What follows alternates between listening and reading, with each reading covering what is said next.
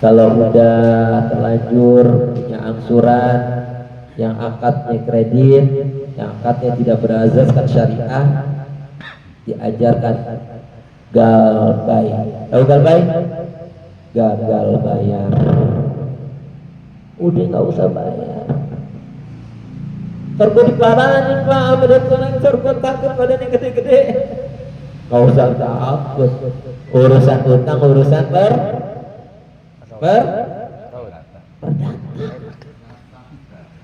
perdata Pak. Kita nggak bakalan dicincang, nggak bakalan masukin penjara, kita nggak bakalan dikisos. Perdata, nggak usah takut. Mereka yang datang tuh, debt collector hitam-hitam, dia punya target. Targetnya apa? Targetnya dari masing-masing debt collector itu dikasih nih Pak list. Hari ini kata komandannya, lo lagi ada 10 orang, target lo 500 juta ya, harus bayar nih orang datang. Kalau udah datang, takut-takutan gitu. Nah di situ saya mengajarkan. Di rumah saya udah banyak Pak yang datang tuh Pak. Orang-orang yang musik, orang-orang yang terlibat utang, ada konseling di rumah saya. Mau pagi, mau siang, malam. Yang mau bercerai, yang mau ganti diri, alhamdulillah selesai. Datang rumah, assalamualaikum. Saya dari pusat dikirimin. Saya Sabtul, ini ada yang mau konsultasi juga datang. Saya cuma bilang satu. Kalau mau datang ke rumah saya, ajak istrinya. Kalau kita bicara masalah utang harus satu frekuensi Pak.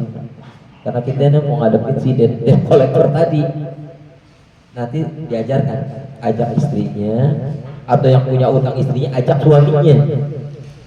Biar gimana kan nanti bakalan ngadepin terus si debt collector tadi kan. Nah, saya mengajarkan, keep leading Pak. Ini debt collector, ini nasabah nih yang ditagih. Woi, kapan kau bayar? Mohon maaf Pak, saya belum mau bayar. Kamu tahu, harus bayar sekarang juga. Nggak bisa Pak, kondisi lagi. Kamu tahu saya tunggu sampai besok ya? Oh besok nggak beres, saya datang lagi. Saya datang beri. Iya Pak. Gimana caranya? Ya apa caranya? Keep leading. Di saat debt collector itu datang, berarti kita udah call 5. Call 5 itu berarti kita udah telat 5 bulan. Kenapa kita dikejar-kejar? kita yang butuh atau dia yang butuh? Siapa yang butuh? Dia yang butuh, karena kita ini kalau orang-orang yang punya utang itu ada aset mereka, nggak usah takut, keep leading, pusing mereka, pusing kita, pindahin ke mereka. Caranya gimana? Saya punya komunitas dua, Pak. Satu namanya OSI, Omah Solusi Indonesia. Sebelum saya kenal Nasuha, saya kenal OSI. OSI itu mentor-mentornya, Pak, itu orang Nasoro, orang-orang di luar Islam. Saya ambil ilmunya aja, Pak. Spiritnya apa? Gua nggak bakalan bayar. Gua hanya mau bayar pokoknya saja. Coba, orang Kristen aja paham, Pak. Di sini kan dijelaskan, tinggalkan sisa riba dan yang kau bayar pokoknya saja. Mereka pakai, Pak. Mereka paham. Lah kita yang Muslim nggak paham. Wabarakatuh. Ini Pak Imran ditunggu oleh Bapak Haji Yunus. Katanya mau makan duren sama Bang Lani. Langkah kita Allah nanti menjadi wasilah dimudahkan seluruh urusan-urusan kita.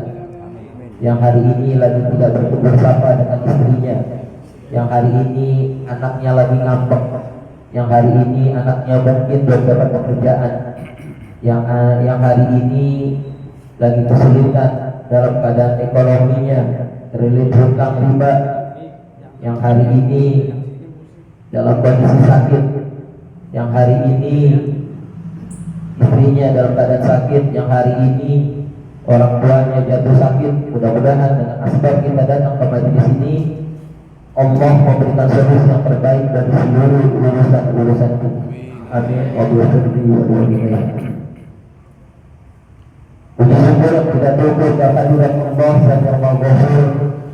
Alhamdulillah di malam yang seteduh ini Allah masih berkahi usia kita, Allah masih balut hidup kita dengan nikmat sehat wal afiat. Di samping iman Islam yang selalu ada di dalam kalbu kita. Mudah-mudahan dengan bertambahnya usia kita, bertambah pula iman dan takwa kita kepada Allah serta Rasul. Salawat dan iring salam senantiasa tercurah keharibaan manusia teladan sepanjang masa Nabi akhir zaman, junjungan kita Nabi besar Muhammad sallallahu alaihi wasallam beserta keluarga, para sahabatnya, serta kita pengikutnya istiqomah hingga yaumul kiamat. Bapak-bapak semua yang berikan Allah Subhanahu wa taala, sebetulnya saya kesini mau ngaji, bukan mau ngajar. Kajian kita malam ini saya Mbak dari Ustaz Dinin ya, yaitu mengenai kajian yang jarang sekali kita dengar, kajian atau materi yang jarang sekali dibawakan di khutbah Jumat, hampir tidak pernah saya lihat. Kajian-kajian rutin juga tidak pernah dibawakan. Sebenarnya kajian ini amat penting kalau menurut saya di era sekarang, karena kalau orang ini bertransaksi sesuatu yang batil, di mana dosanya diancam berperang oleh Allah serta Rasul, kiranya perlu dikampanyekan hadirin. Kira-kira materi apa yang akan saya bawakan? Ada yang tahu? Hah? Apa? Riba, cakap. Coba saya mau dengar satu orang atau beberapa orang pemahaman tentang riba. Sebelum saya tanya, saya mau menyampaikan satu pepatah Arab, kurang lebih artinya seperti ini, Pak. Saya mempelajari, suara saya jelas gak? Jelas. Saya mempelajari ilmu kejahatan bukan untuk saya amalkan, tapi saya mempelajari ilmu kejahatan untuk bisa saya jauhi. Karena orang-orang yang hanya belajar ilmu yang baik-baik saja, bisa jadi ia terjerumus ke dalam kejahatan itu sendiri. Saya ulangi, saya mempelajari ilmu kejahatan atau saya mengenali ilmu kejahatan untuk saya jauhi, untuk saya hindari. Karena kebanyakan orang hanya mempelajari ilmu yang baik-baik saja. Ia tidak mengenali dan menghindari ilmu kejahatan. Bisa jadi ia akan terjerumus ke dalam kejahatan itu sendiri. Paham Pak ya? Sekarang saya tanya Pak Namir, tadi sebut materinya tentang riba. Kita santai aja Pak, nanti kita ada tanya jawab. Kebetulan saya orang Pak, saya 25 tahun Pak. Pak Namir, saya tanya dulu, apa itu tentang riba? Yang sepengetahuan Pak Namir, pakai B, ya yang lain Pak. Baik, kalau menurut saya riba itu satu bentuk pinjaman yang dimana pinjamannya itu ada kelebihan ya dalam pinjaman itu dari segi uang. Kemudian misalkan contoh aja ya, saya memberikan pinjaman kepada Pak Yitno misalkan. Nah kemudian dari jumlah pinjaman yang saya berikan ke beliau itu saya minta lebih. Nah lebihnya itu riba. Itu menurut pandangan saya. Ya. Saya simpan dulu ya. Ada mau menambahkan dari sektor kanan? Pak Jojin mungkin apa pemahaman tentang riba, kasih dulu. Jangan sampai tadi tuh kita hanya belajar yang baik-baik aja, yang jahatnya kita nggak kenalin, ujung-ujungnya kita bisa terjerumus ke dalam kejahatan itu sendiri. Pak Jojin, apa itu tentang riba? Bismillahirrahmanirrahim. Sepengetahuan tentang riba itu adalah meminjamkan uang kepada seseorang dan ada bunganya. Kemudian dosanya, ini dosanya tentang riba itu ya kita seperti menjinahi ibu kita itu. Dosanya itu gitu aja Pak Ustaz. Iya. Haji Yunus, satu lagi, apa itu riba? Sebelah. Satu lagi, saya minta satu orang lagi. Pocok. Satu lagi. Rasul suka ganjil. RW. Amir dulu Pak.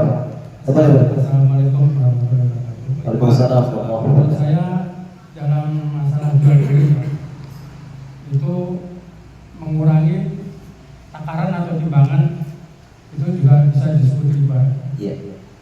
Itu dosanya juga sangat besar. Iya. Baik. Semuanya mewakili dari definisi, dari pinjaman berbentuk uang dan transaksi jual beli termasuk perkara. Baik. Jamaah sekalian, berkat Allah Subhanahu wa taala, kenapa saya mau angkat ini tentang riba? Alhamdulillah sekarang ini saya sudah sudah hijrah lah istilahnya. Saya minta doain untuk semua sahabat semua. Saya hijrah dari bank dan akhirnya saya berdakwah di riba. Kenapa saya memutuskan seperti itu? Karena saya melihat fenomena yang terjadi di negara Indonesia ini ya. Setelah saya pelajari,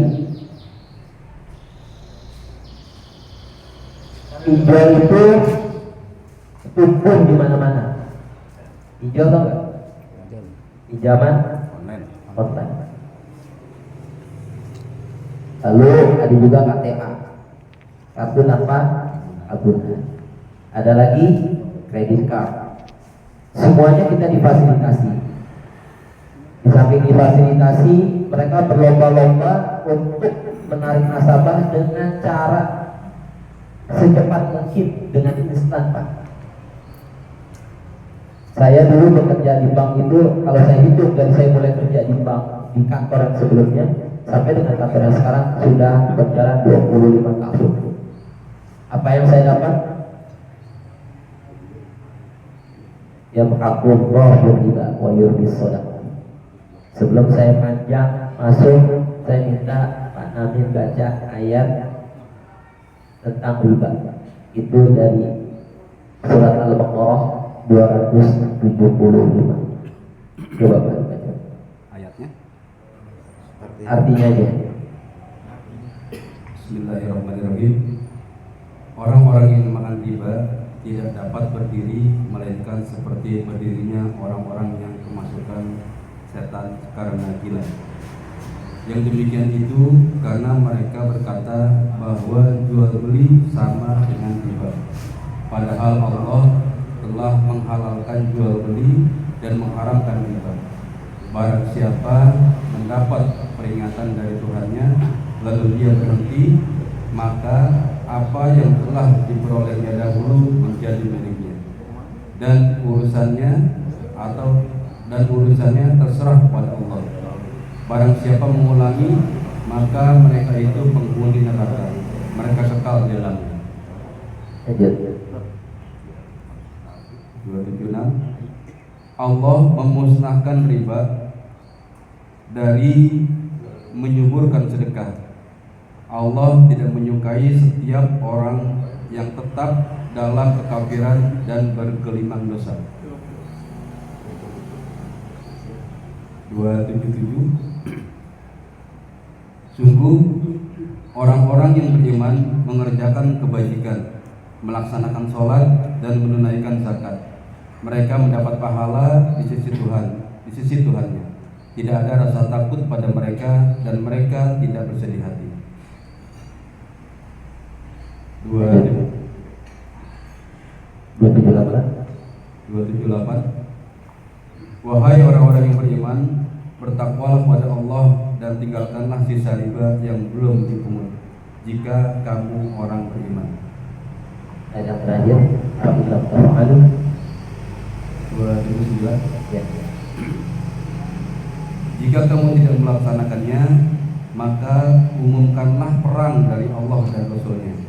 Tetapi jika kamu bertobat, maka kamu berhak atas pokok hartamu. Kamu tidak berbuat zalim atau merugikan dan tidak dizalimi atau dirugikan. Ayat ini Al-Baqarah dari 275 terus berlanjutan sampai bawah 279. Itu di satu rangkaian. Selama ini saya mengira Al-Quran itu hanya menjelaskan tentang ibadah. Ternyata ayat yang terpanjang Allah menyampaikan tentang riba. Hadis Rasulullah yang paling terbanyak juga tentang riba. Tapi kita yang hidup di zaman sekarang menutup sebelah mata, Pak. Mungkin di antara kita banyak yang bertransaksi dengan riba, tapi kita nggak paham. Ada transaksi yang batil di dalamnya yang Allah nggak suka. Kita nggak tahu, Pak, karena keterbatasan ilmu yang kita punya. Ini yang saya sampaikan, kenapa kok banyak para ustadz, banyak para guru-guru kita mengabaikan ini semua. Karena jelas dari ayat yang dibacakan tadi, tanpa kita menafsirkan saja artinya sudah amat jelas, Pak. Sebab saya jauh tentang riba, saya mau kasih dulu definisi riba itu seperti apa. Tadi saya sudah tanya satu dari bapak-bapak sudah jawab. Riba itu berasal dari kata yarbu, tumbuh dan berkembang. Makanya disebutnya bunga cakep. Sebetulnya itu riba, Pak. Bunga, kita tanya bunga, gue dikasih bunga, gue senang gitu ya. Gue punya rekening, dikasih bunga, gue ambil, gue senang, gue kasih bunga. Kita nggak tahu kalau itu adalah riba. Kalau idealnya yang diajarkan dan disyariatkan oleh Islam, pinjamnya 100, balikinnya